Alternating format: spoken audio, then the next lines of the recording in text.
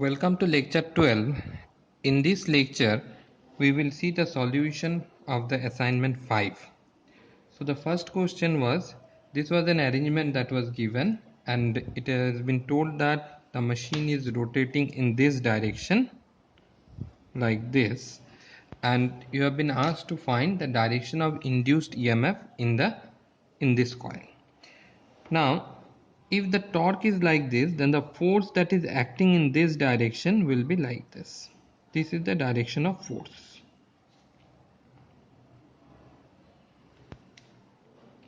Now you have to find the direction of induced EMF. For that, you have to find the direction of flux that is produced here. If you look here, here is a dot, here is a cross. So you can find the direction of field by curling in your finger like this. The current is coming out of this conductor and is going inside. So you have to curl your finger like this. So this is the direction of the flux. So this is how the flux lines are flowing. Now to find the direction of induced EMF, you have to use Fleming's right hand rule. So what is that?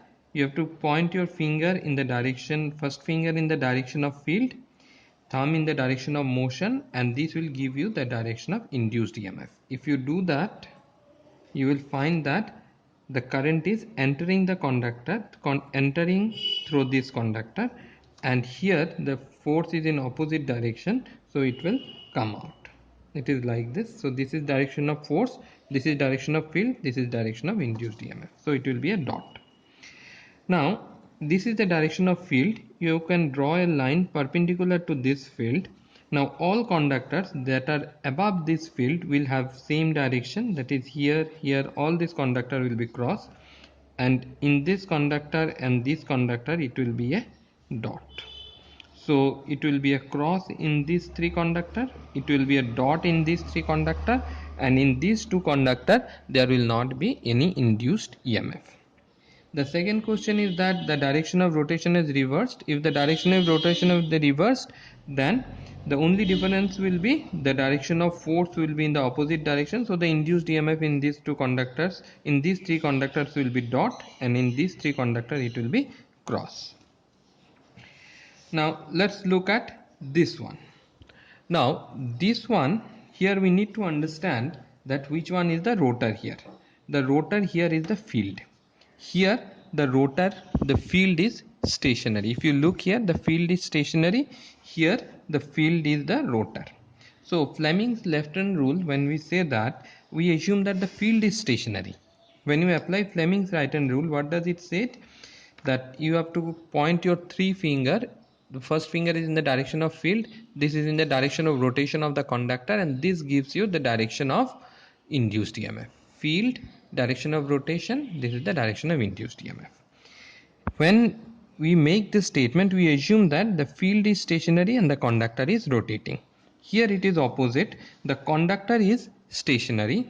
If you look here, the conductors are stationary, the field is rotating. So how to handle this ones? You can assume an opposite thing, that the field is stationary and the conductors are rotating.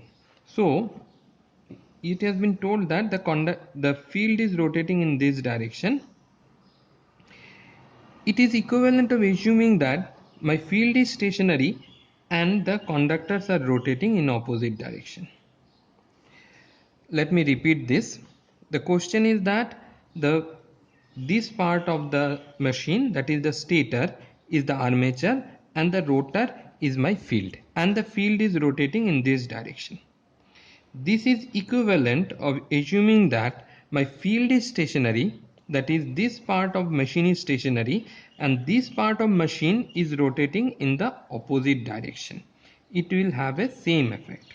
For example, if you are in a train, you will see a person standing on the ground. You will see that he is moving in the opposite direction with the same speed as that of the train. Just like this, if you sit on this rotor, you will see that this stator is moving in the opposite direction with this much of speed. So here what we will assume? We will assume that the direction of field is like this. These conductors are rotating in this direction, that is in opposite direction to that of the field, and then we will find the direction of induced EMF. So here these are dots, these are cross. So first of all, find the direction of the field. The direction of the field is like this. So the field here is like this. This is the direction of field. If this is the direction of field, and here we will assume that the conductors are moving in this direction. Why we have assumed that the conductors are moving in this direction? This is because the rotor is moving in opposite direction. So I will assume that the conductors are moving in this direction. So this is my direction of field, this is my direction of motion. So this will give me the direction of current, that is the current will come out of this.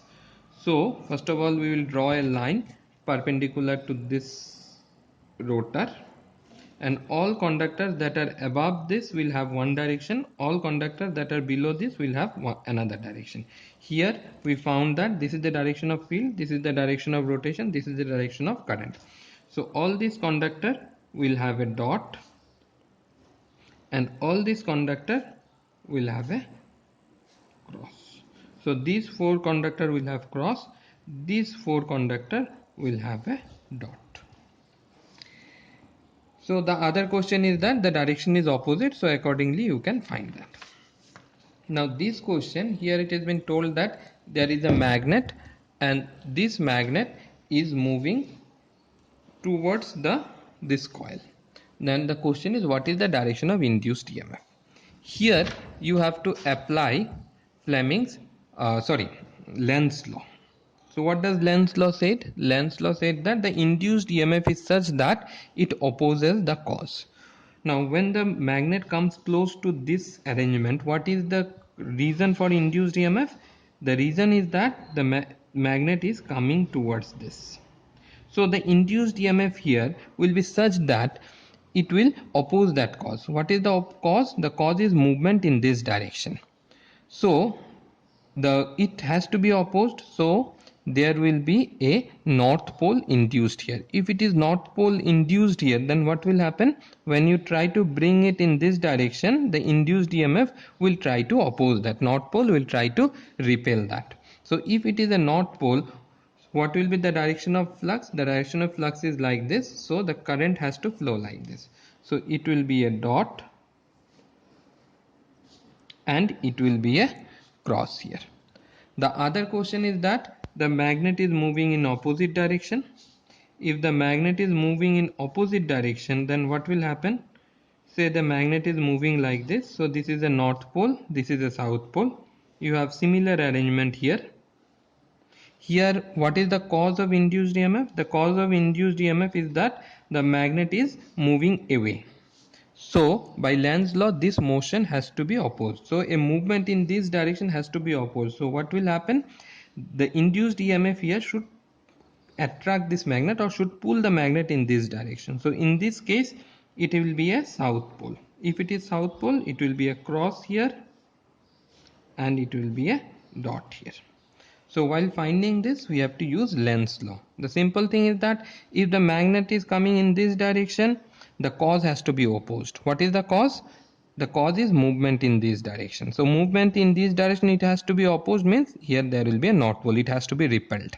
Here it is moving away. So what is the cause? The cause is moving away.